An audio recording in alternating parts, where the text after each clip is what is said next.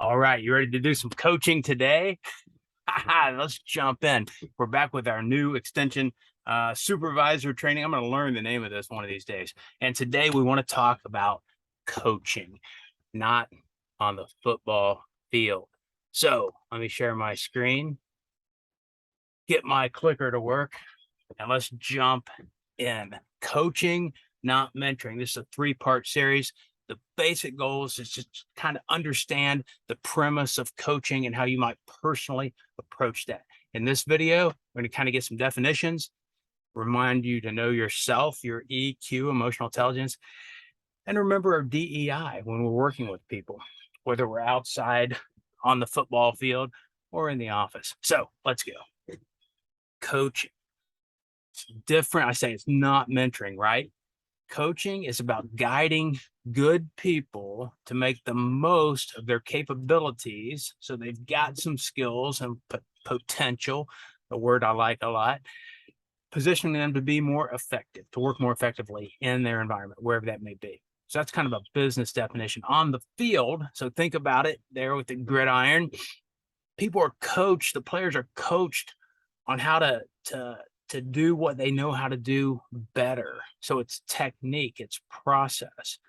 Off the field versus mentoring, which I mentioned, E plus R equals O. I hope you saw that video.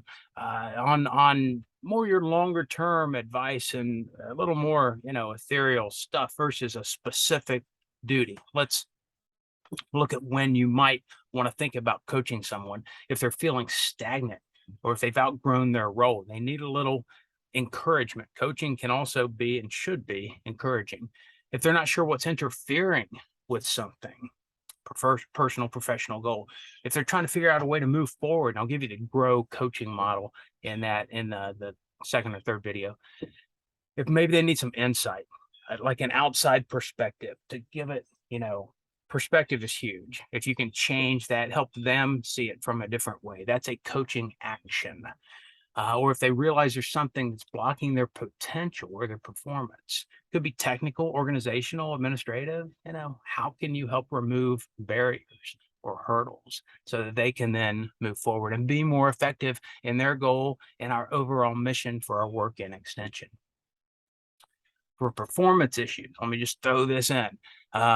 Just remember a couple of key things. Maintain self-worth, the personhood, whoever it is you're talking to, even if they're a pain in the butt. Sorry I said that. But we have to remember that, even if they've really irritated us, be empathetic. I quoted Gary Burnison last time in that. So a huge piece of this, help them develop a solution. But be careful because there are horrid examples out there. Let me give you 30 years ago, I was in the paper industry. I was in human resources, and we had a manager that really liked to control things. And guess what? So here's basically what happened. This is my office wall. This is when I was in Miami County, being a 4-H and community development educator. So picture his office wall in the paper mill. It's a lot nicer than this.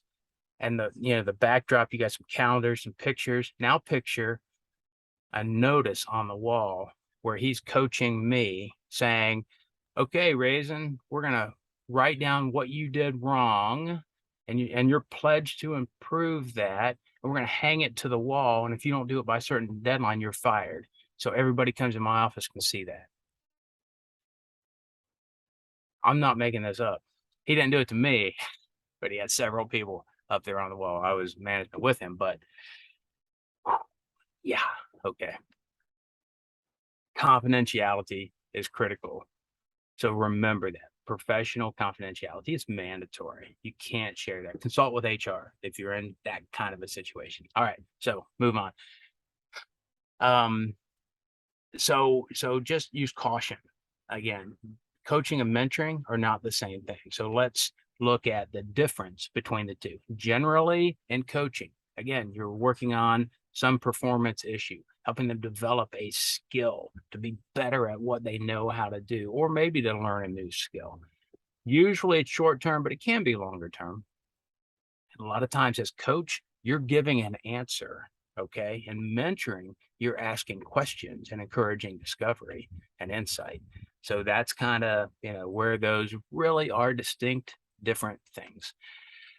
Bottom line, whether coaching or mentoring, diversity matters. Be intentional. I urge you to do this. It's a rich experience when we open up and diversify using language that's more inclusive. A lot of times talk about my partner when I'm talking with people. Get comfortable being uncomfortable. And I challenge you in one of the other videos to read, to study, to talk with people. Remember, we only see, don't roll your eyes again, but here it comes.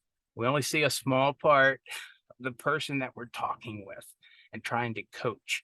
That iceberg underneath are a myriad of complex things that we need to have in mind. And again, I throw this in there to remember myself when I'm working with somebody, my colleagues in Extension, my students that I'm teaching in ASL. Really important stuff.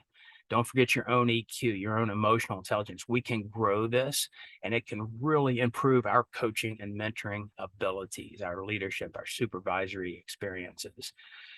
What are you reading? What are you watching? Professional development. Do you have the mission I challenged last time? Do you have a mentor or two? The 2020 OSU Presidential Search Committee that brought President Johnson to us asked for a high EQ. They specified that. Wow, pretty progressive thinking. Homework, begin observing situations where you need to coach versus mentor, and then give both of them a try. And again, there are some great mentoring resources on the LOD's website. So from the outside, ready to coach and get out there, go get them.